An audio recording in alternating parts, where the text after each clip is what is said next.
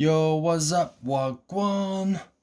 This is Ed. I'm going to show you a quick way to set up a nice little drum rack so you can change and select your drum samples on the fly using the push to, which is, I mean, a massive game changer for me. So if you've got loads of kick samples, loads of snares and stuff, you can set up a rack, and then using the knobs on the push, you just turn the knobs, change the samples. Wicked. Right, let's get into it.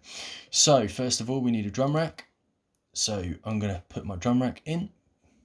Boom. And then you've got obviously your empty cells here. Say you want to use the first 8. What you want to do is you want to get a sampler, drag that into C1, hold control and drag it into the next 8 cells. So you've got a sampler in each of these 8 cells.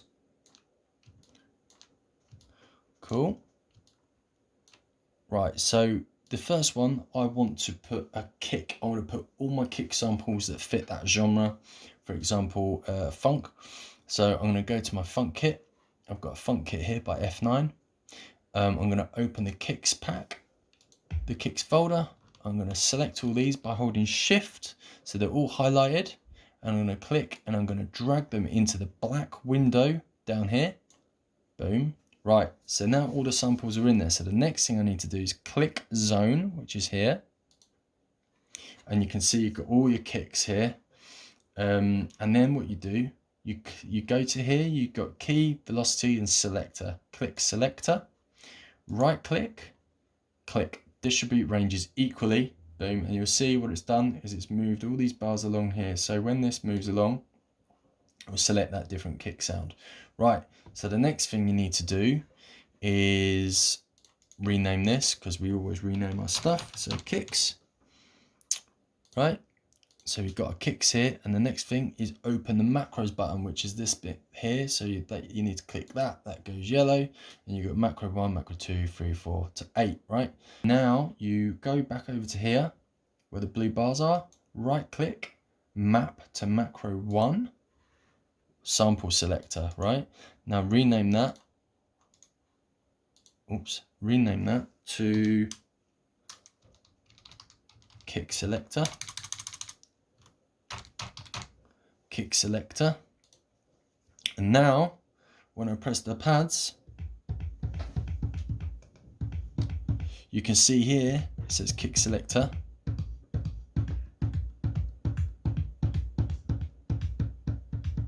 That is going through all my samples, and if you look on the screen you can see the blue bar is moving as well. So now I can put in on my kicks, which is great.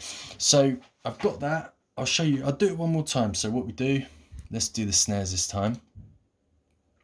Let's do the claps. So claps, I open the claps folder, select the top one, scroll down to the bottom of my claps.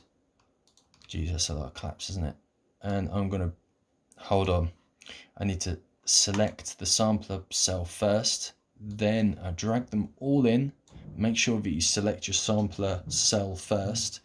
Click zone, make sure zones are open. Right click, distribute ranges equally.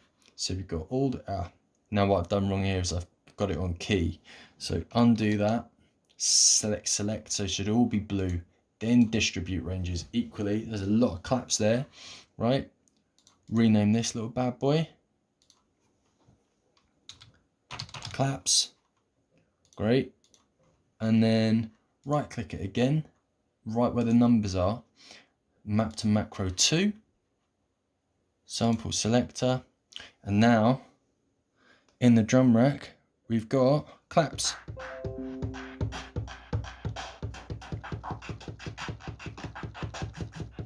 How cool is that? So what you can do with that, once you've filled your drum rack up, let's go to this. So this is one that I use. I've got the first thing here, got my kicks. Go to my drum rack selector, snares.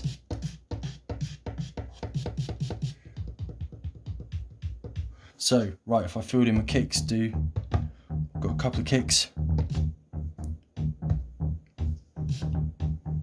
I've got my toms here.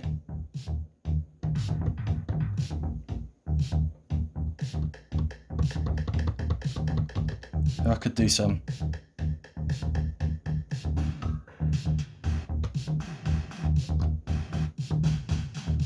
Obviously you want to be a bit selective with what you're doing, but this is a cool little trick.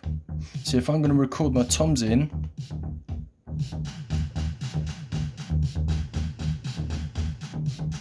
I've got automate on, right? So now I can automate my toms.